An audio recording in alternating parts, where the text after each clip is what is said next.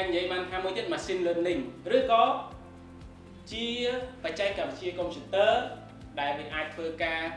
ប្រមូលនៅទិន្នន័យវាអាចធ្វើការវិភាគនៅទិន្នន័យវាអាចធ្វើការបញ្ជូននៅទិន្នន័យហ្នឹងហើយធ្វើការសម្រេចចិត្តបានវាយល់ពីទិន្នន័យហ្នឹងតោះណាក៏ប៉ុន្តែបច្ចេកវិទ្យាទាក់ទងជាមួយនឹង AI ហ្នឹងគឺវាមានយូរលង់ណាស់មកហើយនិយាយថាយូរឆ្នាំមកហើយរាប់សិបឆ្នាំមកហើយគាត់ថាយើងអត់បានចាប់អារម្មណ៍ព្រោះយើងទៅនឹងផ្ទុះទាក់ទងជាមួយនឹងការឆាត GPT ដែលយើងអាចឆ្លើយទាក់ទងជាមួយនឹង DeepSeek ទាក់ទងជាមួយនឹង Creator AI ដែលយើងសួរឲ្យនឹងវាឆ្លើយតបមកយើងហ្នឹងយើងទៅនឹងផ្ទុះអាហ្នឹងឯងតែក៏ពិតវាបានបង្កប់នៅលើក្នុង system ហ្នឹងយូរណាស់ហើយសូម្បីតែអ្នកទាំងអស់គ្នាប្រើប្រាស់ smartphone អ្នកទាំងអស់គ្នាថតរូបវា edit មុខឲ្យយើងហ្នឹងវាក៏ជាបច្ចេកវិទ្យា AI មួយដែរតាក់ទងជាមួយនឹងឡានឧទាហរណ៍ដូចអ្នកទាំងអស់គ្នាស្អីគេអានេះតើមកថ្មីៗ Elon Musk គេចេញអាឡានដែលអត់មានអ្នកបើកវាបានគណនាផ្លូវវាបានស្គាល់ឡានស្គាល់ទុកស្គាល់មនុស្សដើរឆ្លងកាត់វាសិតតែជាផ្នែកបច្ចេកវិទ្យា AI ដែលវាបាន detect ហើយវា analyze ខ្លួនវាទៀតថាហ្នឹងជាមនុស្សឬជាសត្វឬក៏ជាទុកជាឡានអញ្ចឹងបច្ចេកវិទ្យាហ្នឹងគឺវាបានទៅបំពាក់និងបំរើតាក់ទងពីមុខងាររបស់វាគឺផ្សេងគ្នាទាំងអស់បាទបច្ចេកវិទ្យាកុំព្យូទ័រវាគណនាទិន្នន័យដែលអ្នកនរគ្នាចូល Facebook អ្នកនរគ្នាទៅមើល dashboard ពេលដែលប៊ូទៅចេញទិន្នន័យមកមាន result ប្រមាណ reach បាន view បានមិនមែនយើងទៅគណនាទេគឺប្រព័ន្ធបច្ចេកវិទ្យា AI technology ទាំងអស់ហ្នឹងគឺវាបានបូកសរុបឲ្យយើងវាបង្ហាញនៅ data ហ្នឹងឲ្យយើងគឺយើងបានប្រើប្រាស់វាយូរណាស់ហើយប៉ុន្តែយើងអត់បានចាប់អារម្មណ៍តើណាអញ្ចឹងទៅមុខតិចទៀតអ្នកនរគ្នានឹងយល់ថា AI វាមានកម្រិតគេហៅ category របស់វាមុខងាររបស់វាតួនាទីរបស់វាមានប្រមាណប្រភេទអញ្ចឹងសព្វតងជាមួយនឹងសមត្ថភាព AI គេចែកចេញជា3កម្រិតក្នុងអ្វីដែលខ្ញុំធ្លាប់បានយល់ដឹងនៅលើហ្នឹងទី1យើងអាចនិយាយបានថាជាអានីជា artificial neural intelligence អញ្ចឹងកម្រិតដែល AI អ្នកនរគ្នាកំពុងតែប្រើប្រាស់នាពេលបច្ចុប្បន្នហ្នឹងគឺនៅក្នុងកម្រិតទី1ទេអ្នកនរគ្នាមានលទ្ធភាពបញ្ចូលទិន្នន័យទៅឲ្យ system ទៅឲ្យប្រព័ន្ធកុំព្យូទ័រធ្វើការគណនាអញ្ចឹងនៅក្នុងចំណុចទី2គេហៅថា AG ហ្នឹងគឺ Artificial General Intelligence គឺផ្ដោតសំខាន់ទៅលើបច្ចេកវិទ្យា AI ដែលវាមានសមត្ថភាពស្មើនឹងមនុស្សទៅណា AI កម្រិតទី1តើតើយើងបញ្ចូលទិន្នន័យហ្នឹងទៅឲ្យវាអាចធ្វើការវិភាគឆ្លើយតបហើយវាមានសមត្ថភាពសួរអីវាឆ្លើយណាបើមានតែយើងសួរអីវាមានលទ្ធភាពក្នុងការចងចាំប្រវត្តិនៅក្នុងការសាកសួររបស់យើងចំណុចទី2នេះគឺសំដៅទៅលើបច្ចេកវិទ្យាដែលបច្ចុប្បន្នយើងឃើញអត់ទាន់មានទេប៉ុន្តែវាមានសមត្ថភាពស្មើវាអាចមានលទ្ធភាពក្នុងការគិតទៅ self learning គេហៅ aware គេថាវាអាចយល់ពីខ្លួនវានៅក្នុងកម្រិតមួយទៀតគឺ super intelligent អញ្ចឹងនៅក្នុង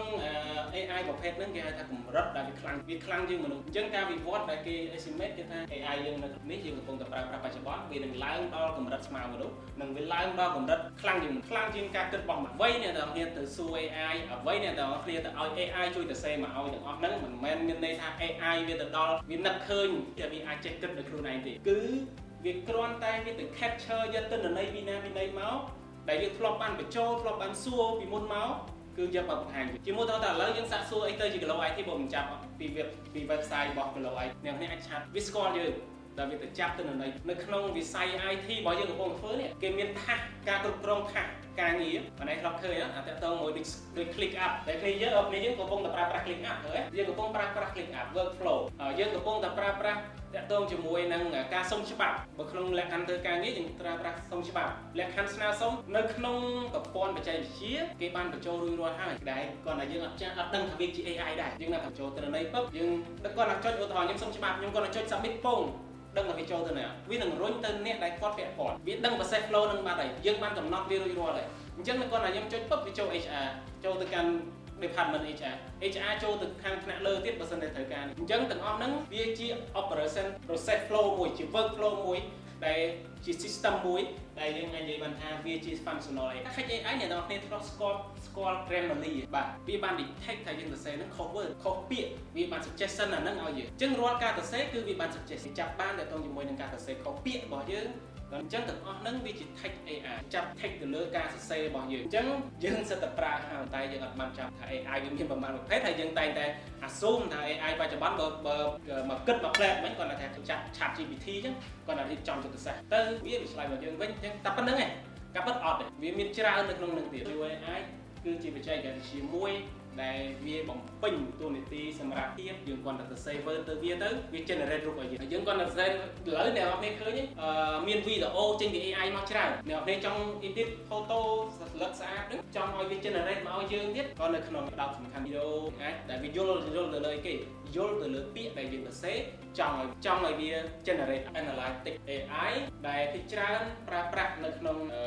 system ប្រើប្រាស់យើងនៅសឹងតែព័ន្ធមកថាបច្ចេកវិទ្យា website យើងមានដាក់ app យើងត្រូវមានលក់អញ្ចឹងកន្លែងនេះគឺដាក់សំដៅទៅលើការដែលយើងបញ្ចូលនៅទិន្នន័យព័ត៌មាន data ណាអញ្ចឹងខ្ញុំឧទាហរណ៍ថាអ្នកទាំងអស់គ្នាធ្លាប់ជិះ Grab អញ្ចឹងនៅពេលដែល Grab គាត់ generate ប្រចាំខែ report ប្រចាំខែមកវិញ AI វា cancellation auto ឯក្នុងមួយខែគាត់ទៅចូលទៅមិនបាច់ចាំទៅគិតវែងឆ្ងាយទេគាត់ទៅមើល dashboard ចុចមកពងគាត់ទៅចុចមកពងปุ๊បវាឃើញអូខេក្នុងមួយខែនេះខ្ញុំទទួលបានអ្នកជិះចំនួន 1000 នាក់អូ driver របស់ខ្ញុំមាន 100 នាក់ប៉ុន្តែឥឡូវជាប់ដឹកគេអស់ 50 នាក់ឯនៅសល់ 50 នាក់ប៉ុន្តែឥឡូវ AI involve ក្នុង business បែបណាហើយវានៅក្នុងការរៀបចំនៃយុទ្ធសាស្ត្រអាជីវកម្មអញ្ចឹងបើយើងនិយាយពាក្យថាយុទ្ធសាស្ត្រកម្មវាធំដូចវាមិនមែនត្រឹមតែ data មួយទេការរៀបចំផែនការរៀបចំទីផ្សារការរៀបចំលក់ផលិតចែកចាយស្អី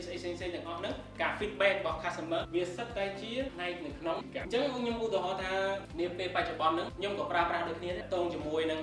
ការរៀបចំផែនការអាជីវកម្មរបស់យើងនេះលោសួរថាវាងាយស្រួលភាសាអីគេបើយើងទៅអង្គុយស្រាវជ្រាវរកกระดาษរកអីហ្នឹងហើយអង្គុយគិតវាមួយផ្នែកហើយប៉ុន្តែនៅពេលដែល AI វា suggestion ឲ្យយើងតាក់ទងភាសាដែលវាទៅសេគោលឲ្យយើងហ្នឹងយើងយកមកបបាយពេលយើងត្រូវតែយកតាមប៉ុន្តែយើងខ្លួនឯងយើងក៏ត្រូវដឹងពេលដែលវា suggestion អញ្ចឹងយើងងាយស្រួលដូចជាអ្នកដែលបង្ហាញគំនិតហើយយើងយកមកបបាយ scope of AI នៅក្នុងអាជីវកម្មខ្ញុំអាចនិយាយបានថា customer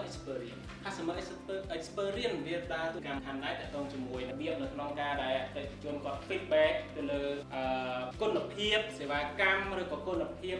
ផលិតផលរបស់យើងហ្នឹងយើងធ្វើការប្រមូលតាក់ទងជាមួយការព័ត៌មានទាំងអស់ហ្នឹងដោយវិធីណាហើយយើងធ្វើការវិតម្លៃវាដោយជាឧទាហរណ៍អ្នកនរគ្នាទៅទិញតៅបៅក៏ដោយទៅទិញ AliExpress Alibaba ក៏ដោយអ្នកនរគ្នាតែមើលគេហៅថាចុងក្រោយគេគឺ red star ណាផ្កាយប្រមាណ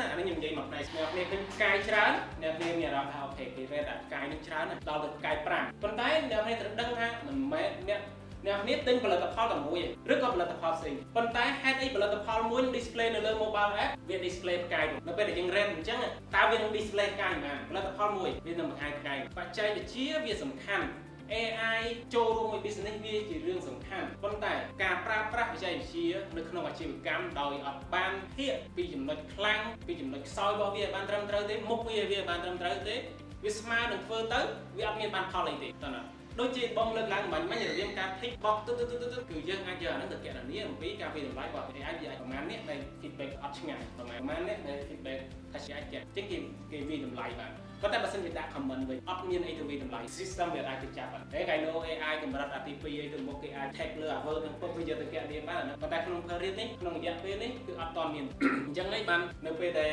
អ្នកគ្នាប្រើប្រាស់ application ណាមួយមិនមែនចេះតែប្រើប្រាស់ទាំងនាមយើងនៅក្នុងវិស័យវិច័យជាផងក្រុមហ៊ុនយើងក៏អញ្ចឹងផងដឹងថាស្វែងយល់ system ស្វែងយល់ពីប្រព័ន្ធបច្ចេកដើមហើយវាអាហ្នឹងក៏គាត់ពិសេសដូច user experience ឬ team ប្រើប្រាស់អ្នក design តទៅជាមួយUI អស់ហ្នឹងគឺត្រូវមានត្រូវយល់